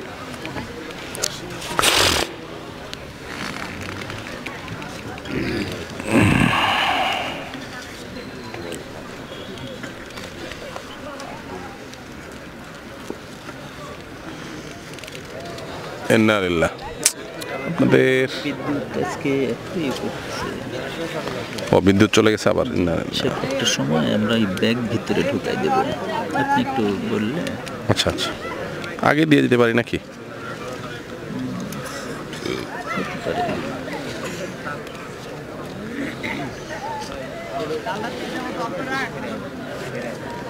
প্রকাশ্যে দান করাও সওয়াবের কাজ, কিন্তু বেশি বেশি গোপনে দান করা দরকার। গোপনে দানকারীদেরকে আল্লাহ তাআলা আরশের নিচে ছায়া দিবেন। আর সর্বশেষ ওই ব্যক্তি যে ব্যক্তি একাকী নির্জনে কখনো আল্লাহর কথা স্মরণ করেছে, আল্লাহর জিকির করেছে, আল্লাহর কথা মনে করেছে, এরপরে তার চোখ দিয়ে পানি ঝরঝর করে পড়েছে আল্লাহর মোহাব্বত, সেই ব্যক্তিকে আল্লাহ তাআলা আরশের নিচে ছায়া দিবেন। ভাইরা আমার, জীবনে কখনো এমন হয়েছে কিনা একটু চিন্তা করি, একটু ভাবি এবং চেষ্টা করি। নির্জনতা তো এখন নাই। এই যে মোবাইল ফোন, এটা আমাদেরকে এমন ব্যস্ত করে দিছে, নির্জন বলতে কোনো সময় এখন আর, আগে টয়লেটে গেলে মানুষ একটু নির্জনে থাকতো, অবসর থাকতো, এখন টয়লেটেও মোবাইল বাজে, ঠিক না ঠিক? কোনো অবসর সময় নেই। ভোর রাত্রে ঘুম ভাঙার পরে একটু আল্লাহর নাম নিত, একটু স্মরণ হতো, এখন মোবাইল কাঁধের কাছে থাকে, নোটিফিকেশন আসে ফেসবুকে, ইউটিউবে, উঠেই আন্দাদুন্দার মতো দুই হাতে মোবাইল হাতড়ায়, ঠিক না ঠিক? কি পুরুষ, কি নারী, কি বাচ্চা, এমনকি মুরব্বীরাও। শয়তান এমন এক ডিভাইস ধরাই দিছে আমাদেরকে, এখন আর আল্লাহর ভয়ে, আল্লাহর কথা স্মরণ হয়ে, কিয়ামতের কথা স্মরণ হয়ে একটু চোখের পানি পড়বে, সেই সুযোগ খুব কম। ভাইরা আমার, কিয়ামত নিকটবর্তী হয়ে গেছে, ঈমান আমল নিয়ে দুনিয়া থেকে যাওয়া অনেক কঠিন হয়ে গেছে, অনেক কঠিন হয়ে গেছে। চতুর্দিক থেকে শুধু বাধা আর বাধা, শয়তান হাজারো বাধার প্রাচীর তৈরি করেছে শুধু আপনার আমাকে জাহান্নামে নেয়ার জন্য। আসুন আল্লাহর কাছে আশ্রয় চাই, ও আরশে আজিমের মালিক, শয়তানের এই শত সহস্র বাধার প্রাচীর ডিঙ্গিয়ে যেন তোমার জান্নাতের উপযুক্ত হতে পারি। গোটা সমাজের স্রোত যেদিকে চলছে তার বিপরীত দিকে যেন চলতে পারি। আল্লাহ, সবাই দুনিয়ার চিন্তা করে, আমরা যেন কিয়ামতের ভয়ে অন্তরটাকে গলাতে পারি, মালিকের ভয়ে চোখের পানি ফেলতে পারি, আরশের নিচে ছায়া পাওয়া সেই 7 শ্রেণীর মানুষের কাতারে যেন শামিল হতে পারি। আরশে আজিমের রবের কাছে দোয়া করি, আল্লাহ রাব্বুল আলামিন আমাকে, আপনাদেরকে, আয়োজকদেরকে, যারা শুনছি বসছি, আল্লাহ তাআলা সবাইকে সেই তৌফিক দান করুন। জাযাকুমুল্লাহু খায়রা ওয়া আখিরু দাওয়ানা আলহামদুলিল্লাহি রাব্বিল আলামিন।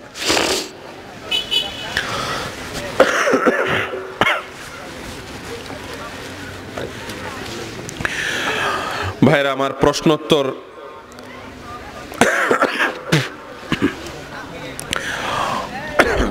কতটুকু দেওয়া সুযোগ হবে জানি না, অনেক প্রশ্ন, কিন্তু খুব বেশি সময় প্রশ্ন উত্তর দেওয়ার সুযোগ নেই। আমি শারীরিকভাবেও সুস্থ না।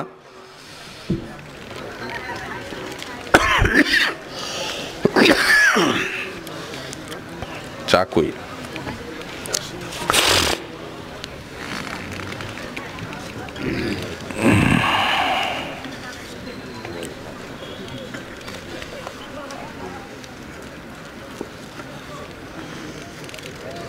ইন্নালিল্লাহ। আপনাদের বিদ্যুৎ চলে গেছে আবার। একটা সময় আমরা এই ব্যাগ ভিতরে ঢুকাই দেব, আপনি একটু বললে। আচ্ছা আচ্ছা, আগে দিয়ে দিতে পারি নাকি?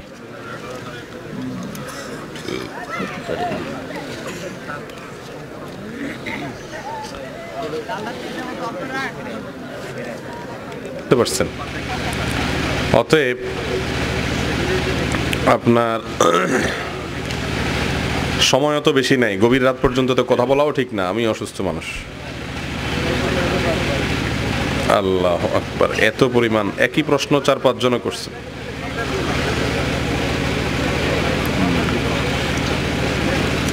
সুবহানাল্লাহ।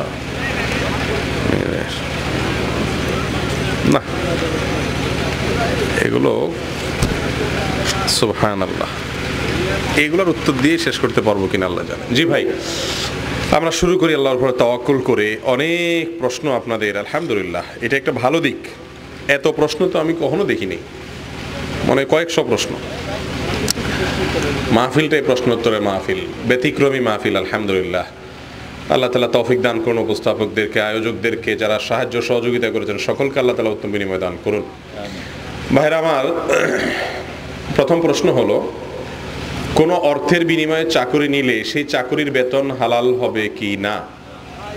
অর্থাৎ ঘুষের বিনিময়ে যদি চাকরি নেওয়া হয় তাহলে সেই চাকরির উপার্জন হালাল হবে কি না? এই প্রসঙ্গে বিশ্ববিখ্যাত, বিশ্ববরেণ্য বড় বড় ওলামায়ে কেরাম, মুফতিয়ানে কেরাম যারা আছেন, সৌদি আরবের সর্বোচ্চ ওলামা পরিষদের সদস্যগণ, আমাদের দেশ ওলামায়ে কেরাম, প্রায় সমস্ত ওলামায়ে কেরামের ফতোয়া এক। সেটা হলো, যদি অবৈধভাবে অর্থাৎ ঘুষ দিয়ে কেউ চাকরি নেয় তাহলে কাজটা তো তিনি হারাম করেছেন, এতে কোনো সন্দেহ নাই। আর রাশি ওয়াল মুরতাশি কেলাহুমা ফিন্নার, ঘুষ দাতা ঘুষ গ্রহীতা উভয়ে জাহান্নামে যাবে। তবে ঘুষদাতা বেচারা যদি বাধ্য হয়ে ঘুষ দেয়, ঘুষ না দিলে তার কোথাও চাকরি হয় না, যেমন আজকাল আমাদের দেশে অবস্থা, তাহলে ওই বেচারাটা আল্লাহ তাআলা মাফ করবেন আশা করা যায় যদি সে নিরুপায় হইয়া দেয়। কিন্তু ঘুষখোরের মাফ হওয়ার কোনো রাস্তা নাই। বিশেষ করে বান্দার হক নষ্ট করার কারণে আল্লাহও সেটা মাফ করবেন না। কিন্তু যদি কেউ ঘুষের মাধ্যমে চাকরি নেয়, কাজটা যদিও অন্যায় করেছেন, পরবর্তীতে তিনি যদি শ্রম দিয়ে পারিশ্রমিক নেন, কষ্ট করে বেতন নেন, তাহলে মাসে মাসে বা দিনে দিনে তিনি কষ্ট করেছেন, তার বিনিময়ে বেতন নিয়েছেন। যদি কষ্টটা বৈধ খাতে তিনি বিনিয়োগ করেন, ভালো খাতে কষ্ট করেন, হারাম কোনো কাজ না করেন, তাহলে ইনশাআল্লাহ তার মাসিক বেতনটাও হারাম হয়ে যাবে না। কিন্তু প্রথম যে কাজটা তিনি করেছেন সেটা অবশ্যই কি হবে? হারাম হবে। ওই এক হারামের কারণে তার আজীবনের ইনকাম সব হারাম হয়ে যাবে, এমনটি পৃথিবীর কোনো আলেমই বলেন না। কারণ পরবর্তী বেতনটা তার শ্রমের বিনিময়ে সে পাচ্ছে। অতএব শ্রম যদি সঠিকভাবে দেয়, তার বিনিময়ে বেতন নিলে জায়েজ হবে ইনশাআল্লাহ। বর্তমান সময়ে বিবাহ করতে গেলে চাকুরি দরকার, এ নিয়ে আমাদের কোরআন সুন্নাহ থেকে জানাবেন। ভাইরা আমার, বিবাহ করার জন্য চাকুরি দরকার এমন না, বিবাহ করার জন্য সামর্থ্য দরকার। আর সামর্থ্যের সাথে চাকুরি এটা কিছুটা সম্পর্ক থাকলেও পরিপূর্ণ অঙ্গাঙ্গিভাবে জড়িত না। আমাদের এখন মানসিকতা হয়ে গেছে চাকরগিরি করা। মুসলমানের সন্তান চাকরগিরি ছাড়া আর কিছু চিন্তা করে না। ইহুদির সন্তানরা উদ্যোক্তা হয়, তারা ব্যবসা শিখে নিজে কিছু করার চেষ্টা করে। ভাই, কয়টা মৌসুমী সবজি নিয়ে রাস্তার পাশে বসে যান, একটু সবজি উৎপাদন করেন, একটা মুরগির ফার্ম দেন, একটা ছোটখাটো কোনো কাজ শুরু করেন। এই কাজগুলো চাকরির চাইতে অনেক বেশি সওয়াবের কাজ, ভালো কাজ। মুসলমান এখন চাকরি ছাড়া আর কিচ্ছু বোঝে না। যত বড় ডাক্তার, যত বড় ইঞ্জিনিয়ার, যত বড় ইমাম, যত বড় খতিব, আলটিমেট সবই কি? চাকরগিরি। চাকরগিরি হওয়ার চাইতে উদ্যোক্তা হওয়া ভালো। একটা হাদিস শুনেন, রাসূল আকরাম সাল্লাল্লাহু আলাইহি সাল্লাম বলেছেন, কেউ যদি কোনো বৃক্ষ রোপণ করে, কোনো গাছের চারা লাগায়, সেই গাছ থেকে যদি কোনো ফসল হয়, পাতা হয়, বড় হয়, ওখান থেকে যদি পশু পাখি খায়, মানুষ তো বটেই, যদি পশু পাখিও খায়, আল্লাহ রাব্বুল আলামিন ওই গাছ যে লাগাইছে তাকে ওই মানুষ খাইলো, পশু খাইলো, বা এটা নিচে পড়ে সার হলো, এর কারণে সওয়াব দিবেন। তাহলে বোঝা গেল ব্যবসা, উদ্যোক্তা হওয়া এটা ইবাদতের কাজ, যদি উদ্দেশ্যটাকে সেরকম করে নেওয়া যায়। এজন্য বিবাহের জন্য চাকরি করতে হবে কেন? আল্লাহর রহমতে উদ্যোক্তা হতে পারেন, ছোটখাটো কোনো কাজ শুরু করে দেন, গায়ে খেটে শুরু করে দেন। আর আজকাল তো চাকরি হইলেও হবে না, বিশাল অঙ্কের বেতন পাইতে হবে, নিজের পায়ে দাঁড়াইতে হবে, আরেকজনের পায়ে হাঁটা যাবে না, তারপরে চাকরি করা যাবে, বিয়ে করা যাবে। বিয়েটাকে কঠিন করতে করতে এই দেশে, এই সমাজে জেনাটাকে এখন সহজ করে দিস। জেনা এখন সবচেয়ে সহজ। এদেশে জেনা এত সহজ করা হয়েছে যে জেনা করতে পয়সাও লাগে না, পায়ের উপরে দাঁড়াইতেও প্রয়োজন। পায়ের উপরে দাঁড়ানো ছাড়া জেনা করছে, ধরা পড়ছে, সমাজের কেউ বলে না যে বেটা নিজের পায়ে না দাঁড়ায় জেনা করছস কেন, ঠিক না ঠিক? কিন্তু নিজের পায়ে না দাঁড়াইয়া বিয়ে করছস কেন, এটার জন্য ধরা আস। যেই সমাজে বিবাহ কঠিন, সেই সমাজে জেনা সহজ। আল্লাহ তাআলা আমাদেরকে হেদায়েত দান করুন। বিবাহের ক্ষেত্রে পাত্রী কে দেখবে, খুবই প্রয়োজনীয় একটি প্রশ্ন, খুবই প্রয়োজনীয়। বাংলাদেশে শতকরা ৯৯টি বিবাহে এই অপকর্মটি করা হয়। বিয়ে করবে একজন, পাত্রী দেখে তার ১৪ গোষ্ঠীর সমস্ত পুরুষ। এই রোগটা আপনাদের এলাকায় আছে না নেই? ছেলে বিয়ে করবে, সে তার বউ দেখবে, ছেলের সাথে, ছেলে তো দূরের কথা, ছেলের আগে ছেলের ভগ্নিপতি দেখে, বড় ভাই দেখে, মামায় দেখে, খালুয়ে দেখে, ছেলের বাপে দেখে, অনেক সময় পুরো গোষ্ঠীর সবাই দেখে, আসল জন ছেলেই দেখে না, ঠিক না ঠিক? ভালো করে শুনে রাখেন, বিবাহের জন্য প্রস্তাব দিতে হলে ছেলে মেয়ে, পাত্র পাত্রী একে অন্যকে দেখে নিবে, এটি সুন্নাত। নবী সাল্লাল্লাহু আলাইহি সাল্লাম বলেছেন, বিয়ের সিদ্ধান্ত নিলে তোমরা একে অন্যকে দেখে নাও, এতে কয়েকটা লাভ আছে। এক নম্বর লাভ হলো বিয়ের আগে দেখা দেখি হলে পাত্র পাত্রী একে অন্যকে দেখলে তাদের মধ্যে পরবর্তীতে ভালোবাসাটা বৃদ্ধি হয়। দ্বিতীয় লাভ হলো কোনো দোষ ত্রুটি থাকলে তারা সিদ্ধান্ত নিতে সুবিধা হয়, পরে আর মন কালাকালি হয় না। এখন আমাদের সমাজে হলো ছেলে দেখা দেখির খোঁজ খবর নাই, বা দেখলেও ছেলের সাথে 14 গোষ্ঠী পুরুষ যায় দেখে। ভালো করে শুনে রাখেন, বিয়ের জন্য প্রস্তাবক ছেলে পাত্র তিনি ছাড়া পাত্রপক্ষের অন্য কোন পুরুষ পাত্রীকে দেখা জায়েজ নাই, এটা হারাম। মেয়েদেরকে আমাদের সমাজে গরু ছাগলের মতো আচরণ তাদের সাথে করা হয়। বাজারে কোরবানি গরু কিনতে যেরকম 5-7 জন মিলে যায়, বিয়ে করার সময় ছেলের সাথে এরকম 5-7 জন ভাই, চাচা, ফুফু, মামু, খালু, 14 গোষ্ঠী নির্লজ্জের মতো যে মেয়েকে দেখে, এটা হলো বাজারে গরু ছাগল দেখার মতো। মানুষকে অপমান করা, পাত্রী মেয়েকে অপমান করা, নারী জাতিকে অপমান করা, এটা কোন অবস্থাতে ইসলামে জায়েজ নাই।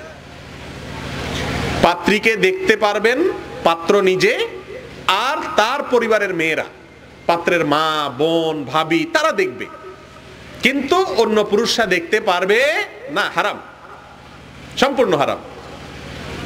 এখন মুশকিল হলো ছেলেরা যারা বিয়ে করবে, এরা যদি বলে, বাপকে যদি বলে যে আব্বা বিয়ে তো আমি করব, আমার দেখার কথা, তুমি দেখতে আসছো কেন, তুমি বসে থাকো, আমি মেয়েটা দেখে আসি, তাহলে ছেলের তো মায়ের একটাও নিচে পড়বে না, সব পিঠে পড়বে। বলবে যে বেটা বেয়াদব, বিয়ের আগে থেকেই তোর তুই দেখবি, পরে জানি কি করবি। তো মুরব্বীদেরকে বুঝাইতে হবে, বাবারে বিয়েটা হয়ে গেলে এরপরে তোমার পুত্রবধূ তুমি সারা জীবন দেখতে পারবা ইনশাআল্লাহ, কিন্তু বিয়ে হওয়ার আগ পর্যন্ত ইসলাম শুধু আমাকে দেখার অনুমতি দিয়েছে, তোমাকে দেখার অনুমতি দেয় না। এটা বাজারের গরু না। কথা কি বুঝাতে পারছি? আল্লাহ তাআলা আমাদেরকে সৎ সাহস নিয়ে এই সমাজের কুসংস্কার এবং অনাচারের বিরুদ্ধে দাঁড়ানোর তৌফিক দান করুন। একই অপরাধে বারবার তওবা করলে আল্লাহ তাআলা ক্ষমা করবেন কিনা? ভাইরা আমার, আল্লাহ রাব্বুল আলামিনের গুণবাচক নামের ভিতর একটা হলো তাওয়াব, আরেকটা হলো গফফার। এই গফফার এবং তাওয়াব নামের অর্থ জানেন? গফফার শব্দের অর্থই হলো যিনি বারবার ক্ষমা করেন। তাওয়াব নামের অর্থই হলো যার কাছে বান্দা বারবার অপরাধ করে আসলে আবারও মাফ করেন, আবার অপরাধ করে আসলে আবারও মাফ করেন। আল্লাহর কাছ থেকে নিরাশ হওয়ার কোনো সুযোগ নাই। একবার অপরাধ হয়ে গেছে, লজ্জিত হয়েছেন, ক্ষমা চেয়েছেন, চোখের পানি ছেড়ে দিয়েছেন, আল্লাহ মনের ভুলে শয়তানের প্ররোচনায় পড়ে বন্ধুদের পালায় পড়ে করে ফেলেছি, মালিক কিয়ামতের দিনের শাস্তি, জাহান্নামের শাস্তি সহ্য করতে পারবো না, আল্লাহ মাফ করে দেন। তওবা করলেন। আবার কিছুদিন পরে শয়তানের পালায় পড়ে আবার হয়ে গেছে, আবারও তওবা করবেন।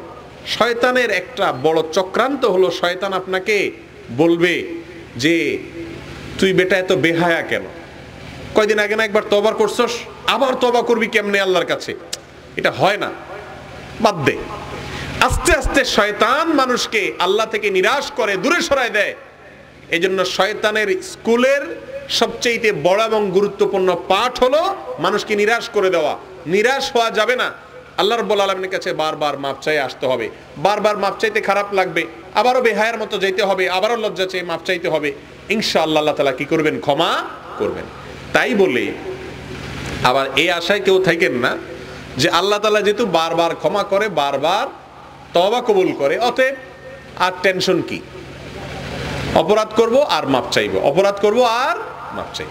দেখেন, একজন অভিভাবক, একজন বাবা তার সন্তান অনেক দিন পরে একবার অন্যায় করেছে, বকাঝকা দিয়েছে, সন্তান মাপ চেয়েছে, উনি মাফ করে দিয়েছেন। আবার বহুকাল পরে আবার করেছে, তিনি হয়তো মাফ করে দিয়েছেন।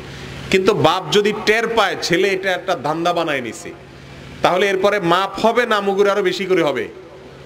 কথা বুঝেন নাই? আল্লাহ রাব্বুল আলামিন সব কিছু জানেন। আল্লাহ তাআলা তাওয়াব, গফফার, বারবার তিনি ক্ষমা এবং তওবা কবুল করেন। এই কথা জেনে আপনি ঠান্ডা মাথায় আকাম করে যাচ্ছেন যে আল্লাহ তো মাফ করবেই, তাহলে সেই মাফের আশা তো দূরের কথা, উল্টা বরং আরো শাস্তি হওয়ার সম্ভাবনা আছে।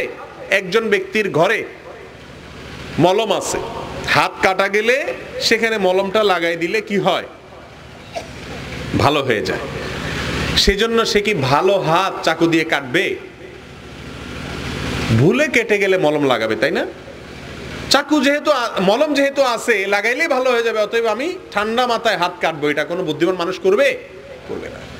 আল্লাহর পাকড়াও, ওই যে বলেছিলাম কিয়ামতের ভয়, জাহান্নামের বাস্তব চিত্রের প্রতি বিশ্বাস যদি আমাদের থাকতো, তো আল্লাহ বারবার তওবা কবুল করেন। সে আশার চাইতে আল্লাহ তাআলা কাহ্হার, আল্লাহ তাআলা পাকড়াও করবেন, আল্লাহর আযাব শদীদ, এগুলোর ভয় যে বিশ্বাস যদি থাকতো, তাহলে বারবার ঠান্ডা মাথায় পাপ করার সাহস আমাদের হতো না।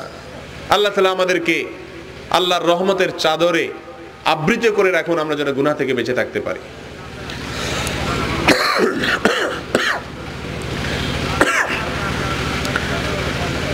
কে কথা বলে এদিকে?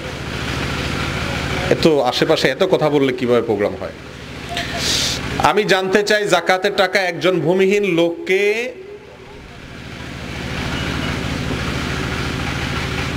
সমস্ত সব টাকা একজনকে দেওয়া যাবে কিনা?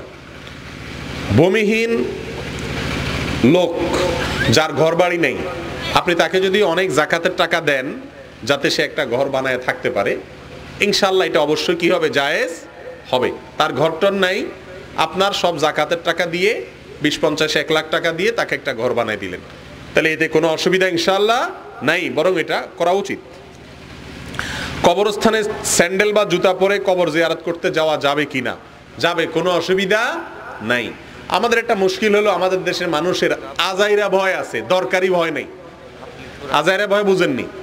আরে ভাই, জুতা পরে গেছেন আপনি, এটা তো চুরি করেন নাই, মাশাআল্লাহ, জুতা পরে যেতেই পারে একজন মানুষ, কিন্তু জুতা পরে যদি কেউ কবরস্থানে যায় তো জিব্বা কামড় দেয়, ঠিক না? ঠিক। একই লোক আবার বিড়ি খাইতে ঢুকে চা দোকানে, সেটা নিয়ে কেউ জিব্বা কামড় দেয়। অতএব কবরস্থানে জুতা পায়ে গেলে কোনো অসুবিধা নাই। আরে ভাই, কবরস্থান তো দূরের কথা, রাসূল আকরাম সাল্লাল্লাহু আলাইহি সাল্লাম বলেছেন, নামাজের মধ্যে যদি কেউ জুতা পরে নামাজ পড়ে আর জুতার নিচে যদি নাপাক না থাকে, পরিষ্কার থাকে, তাহলে তার নামাজ হয়ে যাবে।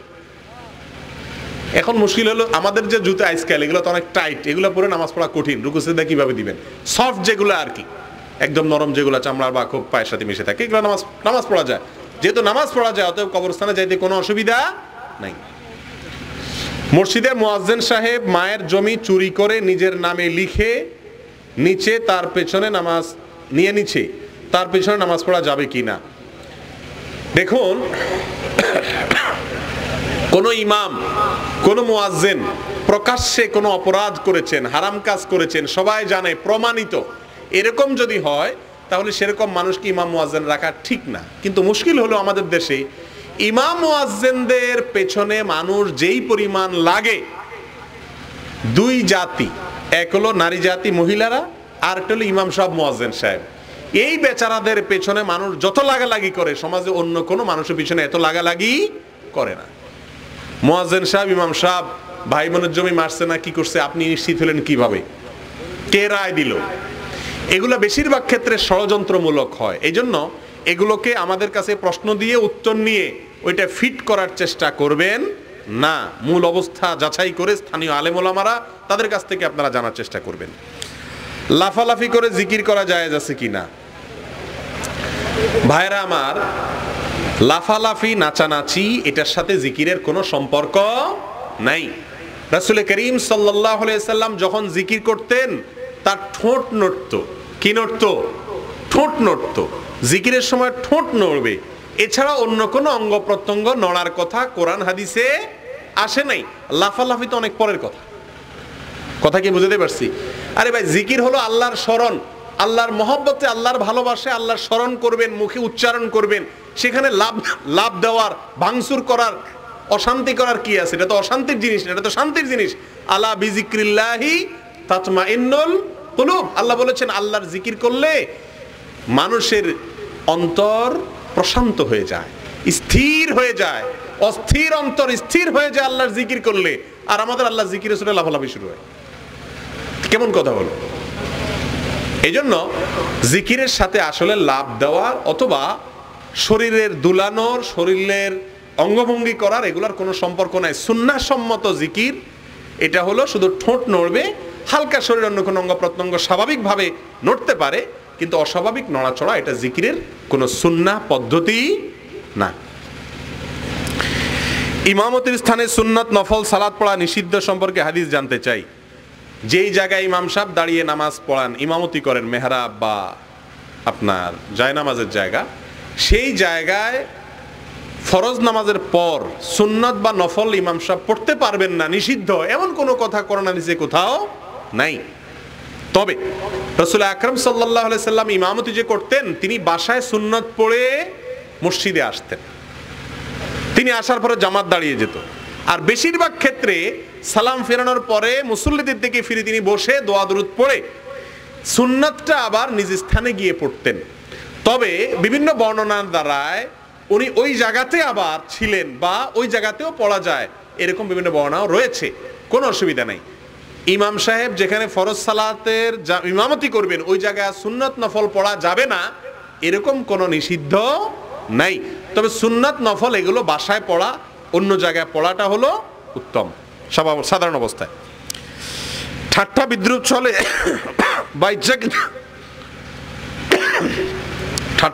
চলে বা ইচ্ছাকৃতভাবে ঔষধ প্রয়োগের মাধ্যমে হত্যা প্রচেষ্টা করে আদমরা করে অচল করে দেয়, তাহলে ইসলামী শরীয়ত তার শাস্তি কি? দেখুন, কেউ কাউকে যদি বিদ্রুপ ছলে দুষ্টামি করে আদমরা করে ফেলে, গলা টিপে ধরে বা দুষ্টামি করে, যেভাবেই হোক, বন্ধু বান্ধবের মধ্যে যদি এটা হয়, এটা হারাম। কাউকে ভয় দেখানো বা কোনো অস্ত্র দিয়ে কোনো কিছু দিয়ে তাকে আপনার ভীত সন্ত্রস্ত করা, এটা হারাম। রাসূল আকরাম সাল্লাল্লাহু আলাইহি সাল্লাম এই তরবারি দিয়ে হাঁকাহাঁকি করে না অনেকে, যে বন্ধু বান্ধব দুষ্টামি করতে গিয়ে ছুরি নিয়ে দৌড়াচ্ছে বা আপনার মেরে ফেলবে বা গলা টিপে ধরবে, দুষ্টামি করে না, হারাম। কোনো মুসলমানকে ভয় দেখানো কি নাই, জায়েজ নাই। কেউ কাউকে ভয় দেখাতে পারে না, এগুলো করা জায়েজ নাই। মারা গেল না, কিন্তু আপনি এই যে মারার মতো পরিস্থিতি তৈরি করে দিলেন, সেটাও গুনাহের কথা এবং হারাম কথা। ছোট বড় বৃদ্ধা সকলেই বিড়ি খায়, এর বিধান কি? এবং যারা বিড়ি খায় তারা কি পরকালে লোহার বিড়ি ও আগুন বিড়ি পাবে? ভাই, দুনিয়াতে তামাকের বিড়ি খাইলে আখেরাতে আগুনের বিড়ি পাবে, এরকম কোনো কথা কোরআন হাদিসে আমি দেখি নাই। লোহার